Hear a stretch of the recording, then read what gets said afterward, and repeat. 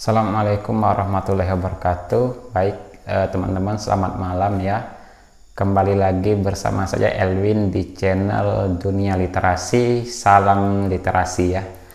Oke, di video kali ini kita akan membahas mengenai jenis kerusakan bahan pangan. Jadi teman-teman ya, kita kalau ingin bisa punya stok bahan makanan yang awet gitu ya, yang pasti kita harus tahu dulu hal-hal yang menyebabkan kerusakan pada bahan pangan. Nah, di video kali ini ya, saya coba sharing kepada teman-teman ya 4 jenis kerusakan bahan pangan ya, sehingga kita nanti bisa mengatasinya. Yang pertama ya, kerusakan bahan pangan itu adalah kerusakan biologis ya. Nah, jadi kerusakan biologis itu adalah kerusakan bahan pangan yang disebabkan oleh mikroba ataupun jamur ya. Nah, contohnya adalah roti yang membusuk gitu ya, kemudian buah pepaya yang kena jamur ya. Nah, atau nasi kalau dibiarkan tidak dihangatkan kemudian menjadi basi. Nah, itu adalah contoh dari kerusakan biologis atau kerusakan yang disebabkan oleh aktivitas mikroba. Oke, yang itu yang pertama. Yang kedua ada kerusakan kimiawi ya. Jadi kerusakan kimiawi itu adalah kerusakan yang disebabkan oleh aktivitas enzim yang ada pada bahan pertanian. Nah, contoh kerusakan kimiawi itu adalah kejadian pencoklatan atau browning ya pada apel misalnya. Jadi kalau kita memotong apel nggak langsung kita makan, nanti selang beberapa waktu kemudian nanti warna apelnya akan berubah menjadi kecoklatan. Nah, hal tersebut dikarenakan adanya reaksi enzimatis, yaitu berupa senyawa fenolik kemudian bereaksi dengan oksigen ya, terjadi reaksi yang namanya oksidasi sehingga menyebabkan buah apel tadi menjadi browning atau menjadi kecoklatan. Oke, yang ketiga itu ada kerusakan fisik ya.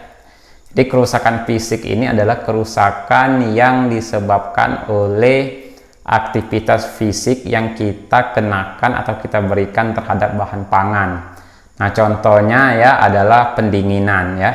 Jadi kalau kita mendinginkan bahan pertanian ya, maka karena pengaruh dari suhu tertentu maka akan menyebabkan bahan pertanian tersebut mengalami kerusakan. Contohnya adalah kejadian yang namanya chilling injury yang terjadi pada buah pisang. Jadi pisang itu tidak cocok kalau kita dinginkan di dalam kulkas, karena kalau kita dinginkan dalam kulkas maka akan terjadi peristiwa chilling injury, nanti warna kulit pisangnya itu akan berwarna kecoklatan. Nah, selain itu juga ya, kalau kita mendinginkan bahan pertanian seperti sayur gitu ya, jadi saat kita keluarkan dari lemari es itu langsung harus segera dimasak. Karena kenapa? Kalau sudah dikeluarkan dari lemari es kemudian kita biarkan, maka dia nanti akan layu ya. Nah, itu karena sayuran tersebut mengalami yang namanya kerusakan fisik. Oke, yang terakhir yaitu kerusakan mekanis.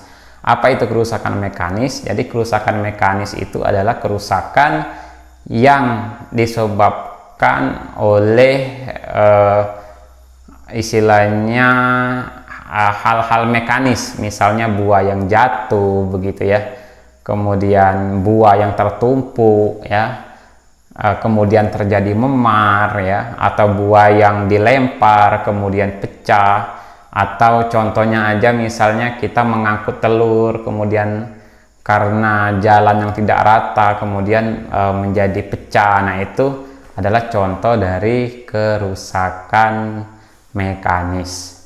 Oke. Nah, kalau kita tahu penyebab kerusakannya, maka kita tahu solusinya. Kalau untuk mencegah kerusakan biologis yang disebabkan oleh mikroba, itu kita bisa mencegahnya dengan cara mendinginkan, membekukan, atau kita dapat melakukan pengeringan karena mikroba itu tidak bisa tumbuh di kadar air yang rendah.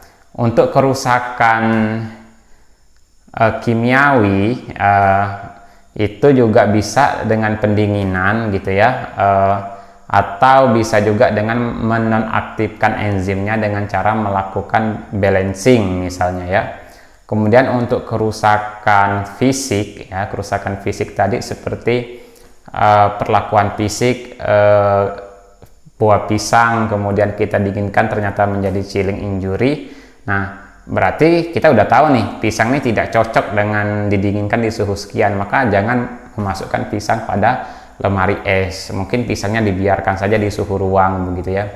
Kemudian kerusakan mekanis. Jadi untuk mencegah kerusakan mekanis bisa jadi misalnya buah apel tuh. Teman-teman lihat kalau yang dijual di supermarket, pastikan dia ada pembungkusnya gitu ya, yang berupa styrofoam gitu ya. Jadi saat terjadi benturan antar buah maka tidak akan memar gitu ya, karena sudah ada perlindungannya. Oke, mungkin itu dulu video kali ini. Jangan lupa komen, like, dan subscribe, dan salam literasi.